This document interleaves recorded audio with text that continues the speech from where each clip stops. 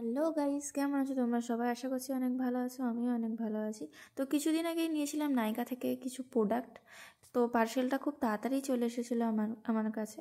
তো তোমাদের সাথে প্রোডাক্টগুলো রিভিউ শেয়ার করব করে আর করাই হচ্ছিল না। তো তারপর সময় পেলাম, তো ভাবলাম প্রোডাক্টগুলো শেয়ার করেই দিই। তো বেশি কিছু নিইনি, 5টা রকমের প্রোডাক্ট নিয়েছিলাম, সবগুলোই ছিল স্কিন কেয়ার প্রোডাক্ট। প্রথমেই আছে প্লামের নিয়াসিনামাইড টোনার, যেটা রাইস ওয়াটার টোনার। তো রাইস ওয়াটার টোনার আমার স্কিনে খুবই ভালো শ্যুট করে, তো তাই জন্য আমি রাইস ওয়াটার টোনারটা নিয়ে দেখেছিলাম। তো আমার স্কিনে তো মোটামুটি ভালোই কাজ করছে, তো আপাতত দেখা যাক কিছুদিন পরে রেজাল্টটা কেমন পায়।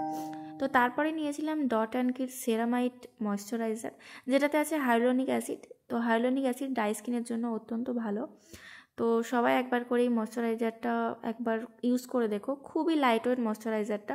যাদের স্কিনে খুব অয়েলি ফিল হয় ময়শ্চারাইজার লাগালে, তো তারা অবশ্যই ডট অ্যান্ড স্কিন এই ময়শ্চারাইজারটা একবার ইউজ করে দেখবে। তো তারপরে নিয়েছিলাম ডার্মাকো থেকে 2% আলফা অ্যারবুটিন সিরাম, যেটা হচ্ছে মেনলি ডার্ক স্পট আর আনইভেন স্কিন টোনের জন্য। আসলে আমার পিম্পল হলে পিম্পলের স্পটগুলো একদমই যেতে চায় না, তো তাই জন্য আমি ভাবলাম এই সিরামটা একবার ইউজ করে দেখি। যদিও ওই সিরামটা আমি বেশ কিছুদিন ধরে ইউজ করছি এবং আমার মনে হয়েছে স্পটগুলো অনেকটাই হালকা হয়েছে।